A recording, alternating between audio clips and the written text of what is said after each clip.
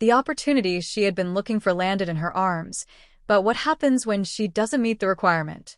And for him, a respected boss, why couldn't he stop thinking about the man he newly hired?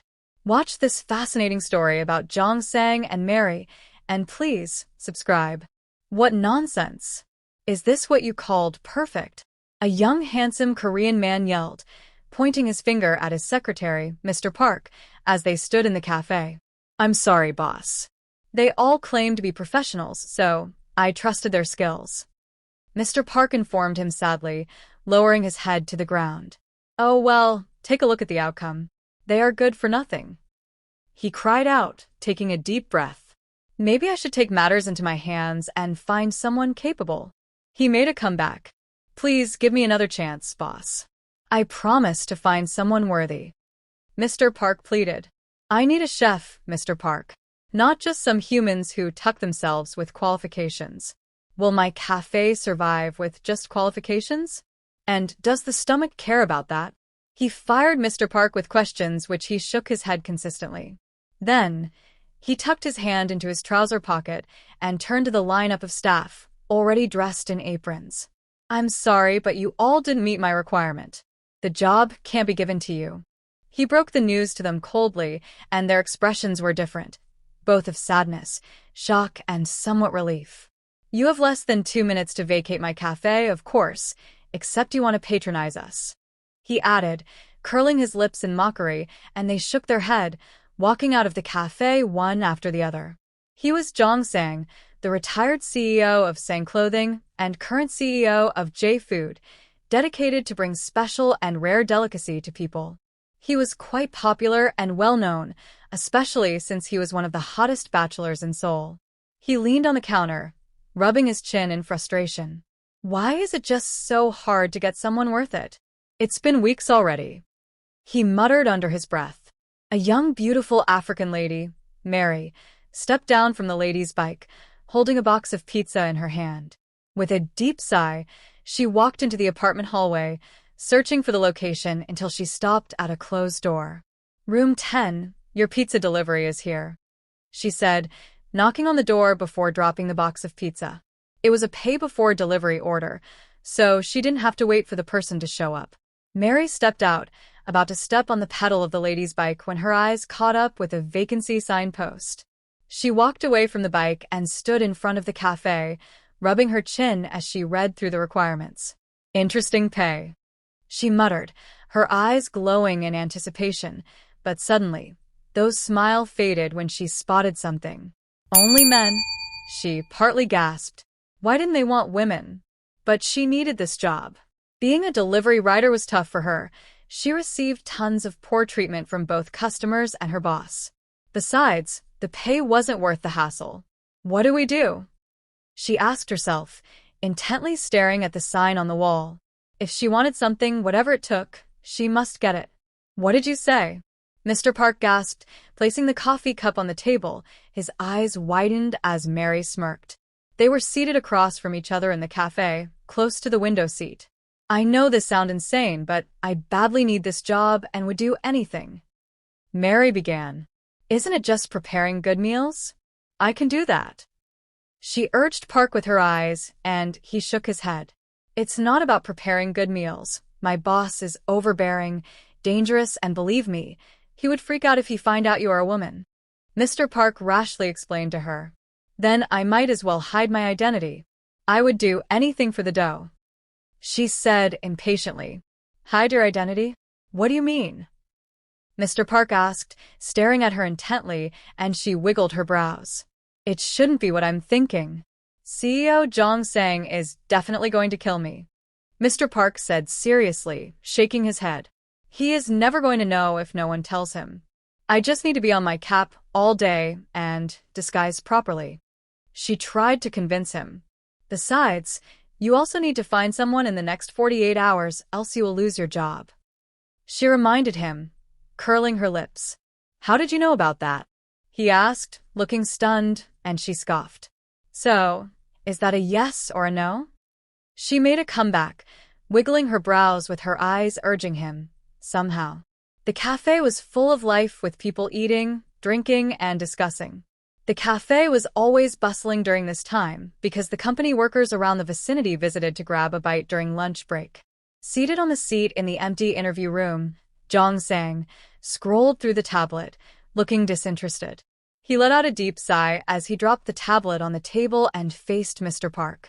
"This better be a good one, else you'll be fired, trust me."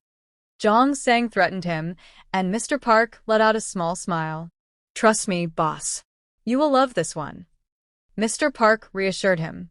He was uncertain but tried to brace himself that he had made the right choice.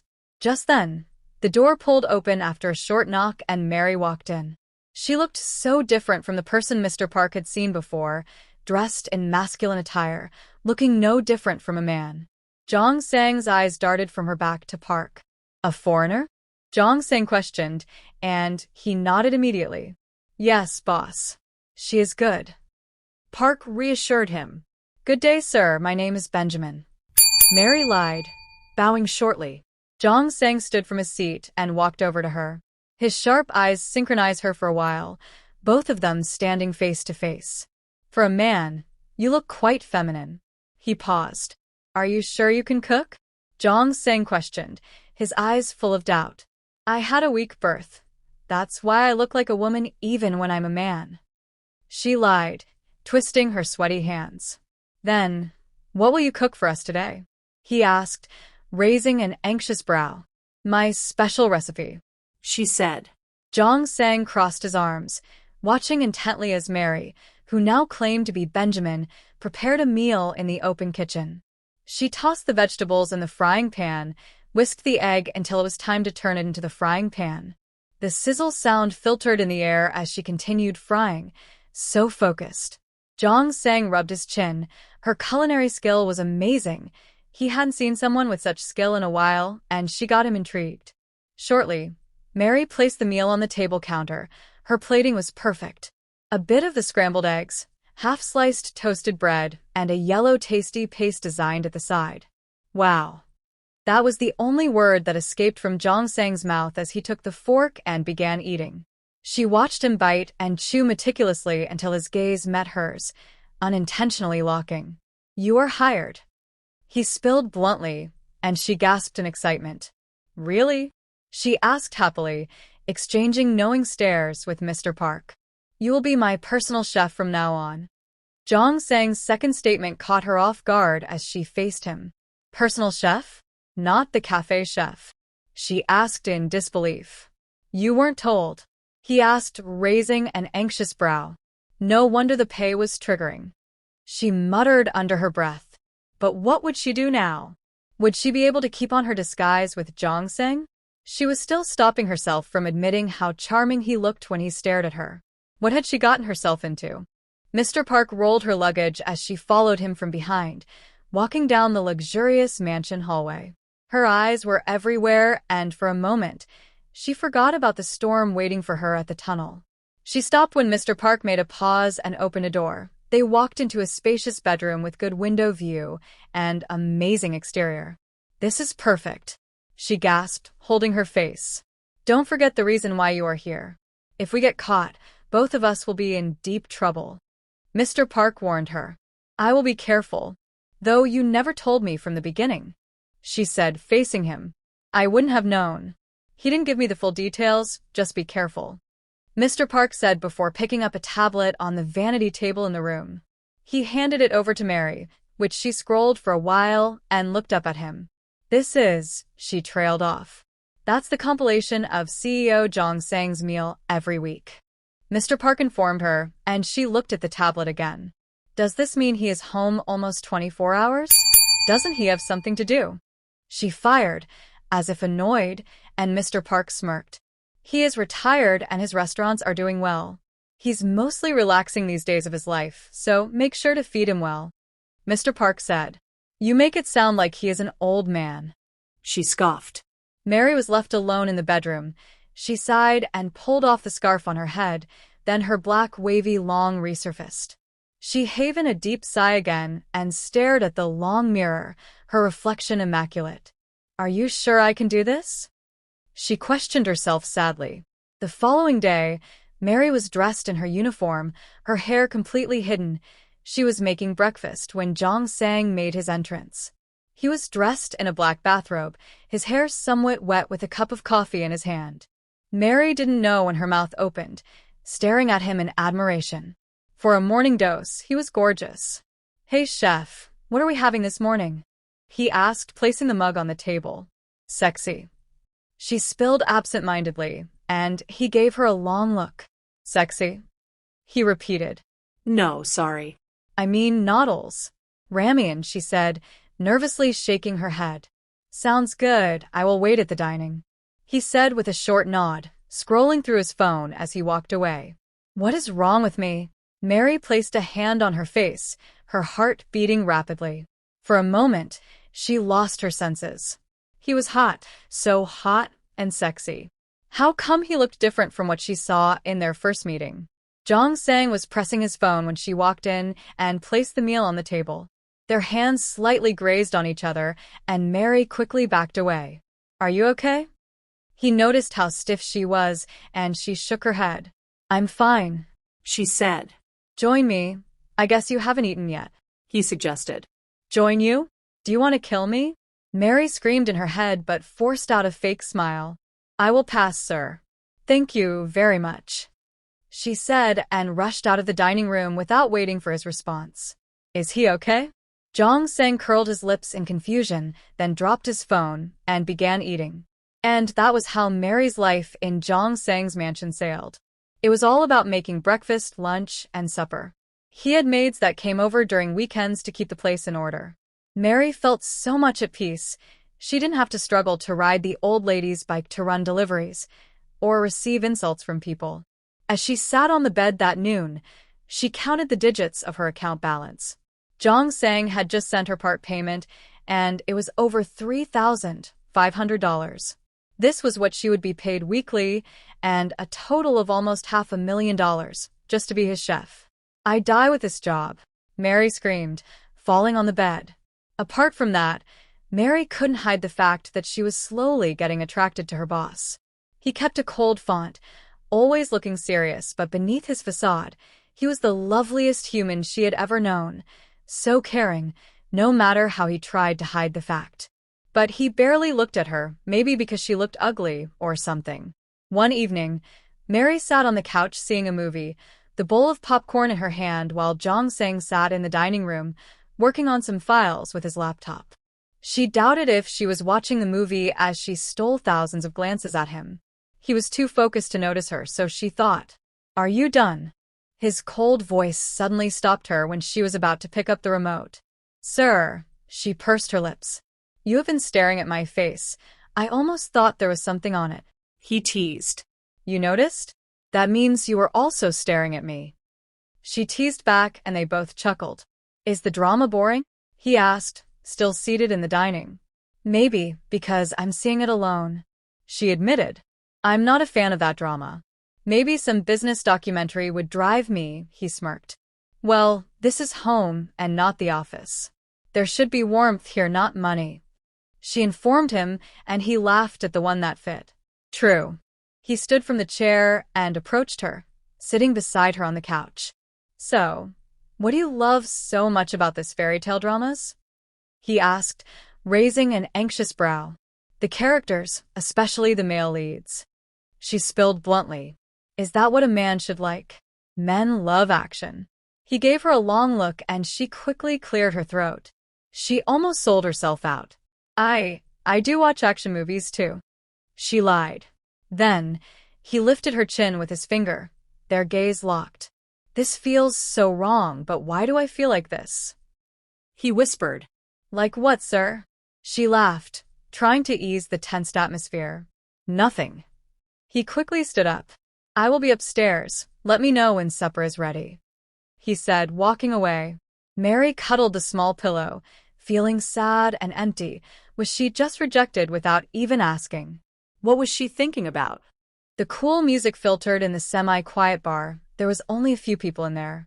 Jong Sang was seated on the long chair in the bar, the whiskey glass in his hand, and across from him was one of his friend, Kong.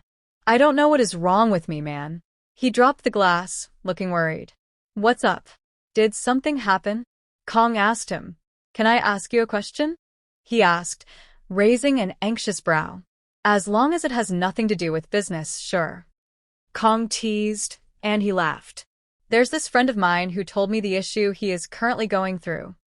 He began, and Kong laughed. A friend? Do you have any other friend apart from Mr. Park and I? Kong asked, giving him a long look. First get the question before you pry. He nudged. Fine, go ahead. Kong nodded his head. He hired this new male chef, but all of a sudden, he finds himself falling for the chef. Zhang Sang paused. He is getting confused and was asking for my advice. He added conclusively, and Kong rubbed his chin. So, you mean this friend of yours is in love with his fellow man? Kong asked, and he nodded immediately. Is your friend gay? Kong asked, curiosity lingering in his eyes. How would I know? Zhang Sang's eyes suddenly became restless as he took the glass and gulped the drink. Tell your friend to try and get intimate with his chef to see if it's love or a misunderstanding. But a man being in love with another man, that's gay. Kong said with certainty, nodding his head. Am I gay? Zhang Sang whispered under his breath. What did you say? Kong asked, but the question was left unanswered as Zhang Sang was deep thinking. Suddenly, Zhang Sang started avoiding Mary. He would skip breakfast and come up with excuses to return home late. Mary noticed all these and was afraid that she was about to lose her job. Sometimes, she went beyond the line to personally deliver meals to him at the company, which always catched Zhang Sang off guard. He was intentionally avoiding her because his heart was beating too fast. For a man loving another man, it was quite crazy. He wasn't gay, but he seemed to be making a wrong choice. I think my boss is noticing something. You need to be careful. Mr. Park reminded and warned Mary one evening when he came home to pick up some documents. Everything is fine over here. He is barely home, so I'm fine. She paused. He won't suspect a thing. She added. That's good. Don't forget our lives and jobs depend on how you play. Mr. Park said, and she nodded. Well, will he return home today? She asked shyly, lowering her head to the ground, and Mr. Park shook his head. I doubt. He has an interstate meeting. Mr. Park said, and her facial expression dropped. I will leave now. With that, Park walked out of the mansion. Mary sighed sadly, sitting alone on the couch. Is he avoiding me or something? He is barely home and treat me poorly these days. She muttered, rubbing her chin. Mary stepped out of the bathroom, her white towel tied around her chest. She felt so good after having a warm bathe. She sat on the bed, preparing to rub her cream and change into her nightwear when the door pulled open without a knock. Benjamin, I will. Zhang Sang trailed off when he saw her, his eyes filled with confusion. He looked out of the room and back at her, cleaned his eyes over and over again. He wasn't dreaming. A woman with a long black wavy hair was standing before him, two dazzling hidden apples on her chest. What is going on here? He asked with a hint of confusion in his voice. Mary had been using flat towel to tie her chest tightly, a black wig cap to hide her hair before wearing the chef cap.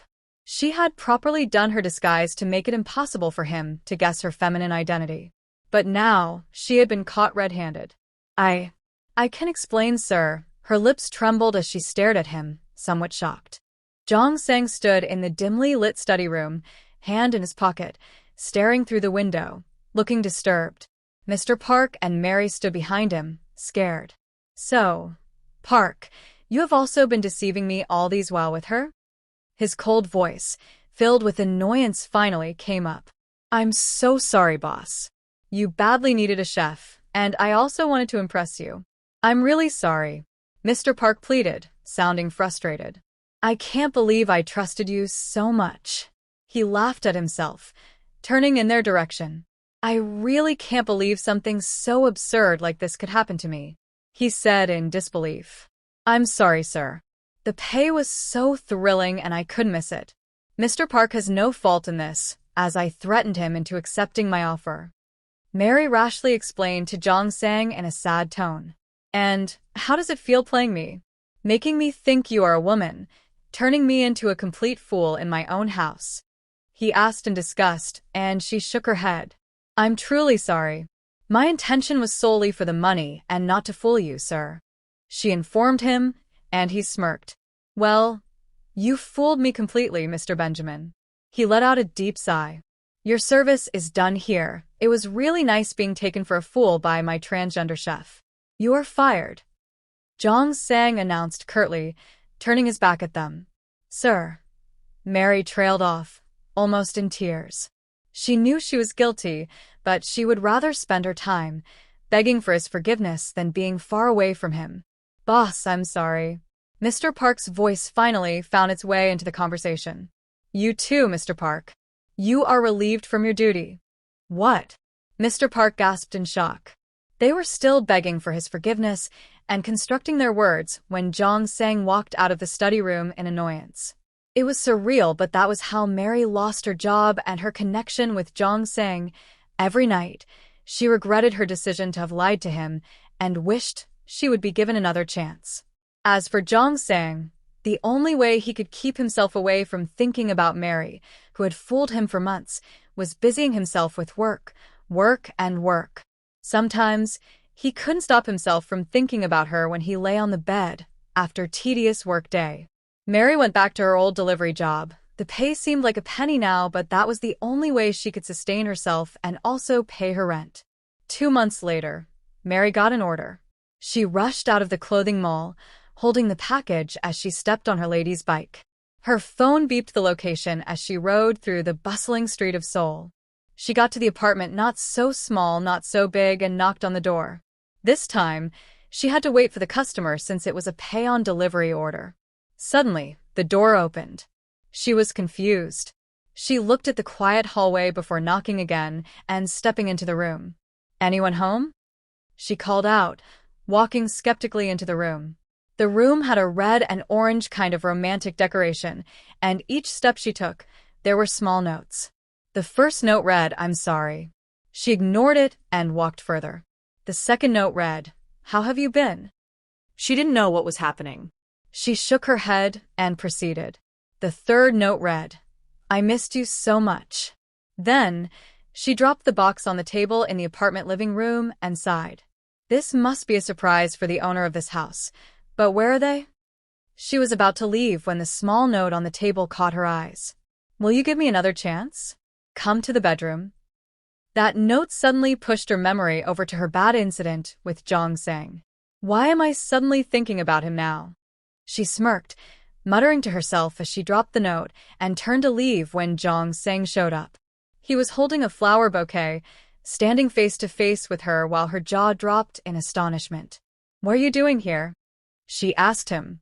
I have been waiting for you. He whispered. I thought you despised me and left. She asked nervously. I never did. I just took a break to rethink and remind myself that I fell for a woman and that I'm not gay. He said, and she smirked. She didn't know if she should be sad or not. I'm also sorry for lying to you, Zhang Sang. She admitted lovingly. So, my note. Will you give us another chance to love again? He asked, staring into her glinting eyes, filled with affection. Is that what you want? She questioned. Maybe more, but I will make do with whatever you give me. He said through his laugh, and they laughed harder. I missed you so much, more than I had obsessed over you. She spilled bluntly, feeling relieved after confessing her feelings, and he smiled. I missed you too, Ben. I mean, Mary. They laughed as he pulled her into a warm embrace. They embraced tightly, caressing each other's back and delving into the romantic atmosphere. Is this a yes? He whispered so close to her ears, and she chuckled. Yes, it is a yes to everything about us from now on. She said, burying her face on his chest. I love you. And that was how their love story began. An unexpected fate, drawing both of them together, making it feel like an ill-fate relationship until true love showed up. It was a yes to forever for the uncertain African lady and the ambitious Korean man. True love still exists, and it exists anywhere, everywhere.